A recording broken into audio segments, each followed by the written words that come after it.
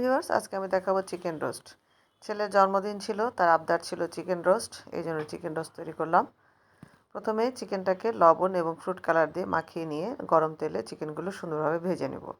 ভাজা হয়ে গেলে সব উঠিয়ে নেব। একটা কড়াই নিয়ে দিয়ে দিচ্ছি তেল এবং 1 বাটির মতো বেরেস্তা ভাজা তেল এবং দিচ্ছি 3টা বড় সাইজের পেঁয়াজ, তেজপাতা, দারচিনি, সাদা এলাচ এবং লং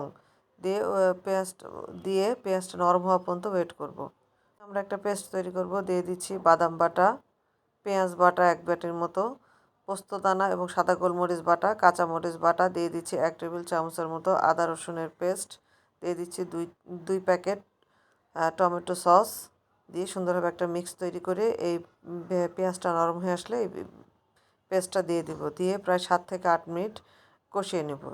লাল মরিচের গুঁড়া, এটা আপনারা আপনাদের স্বাদ মতো দিতে পারেন। বাদামের কাঁচা গন্ধটা চলে গেলে দিয়ে দিচ্ছি ভেজে রাখা চিকেনগুলো, দিয়ে প্রায় 3 থেকে 4 মিনিট কষাবো। এরপরে দিয়ে দিচ্ছি ফেটিয়ে রাখা 1 বাটির মতো টক দই।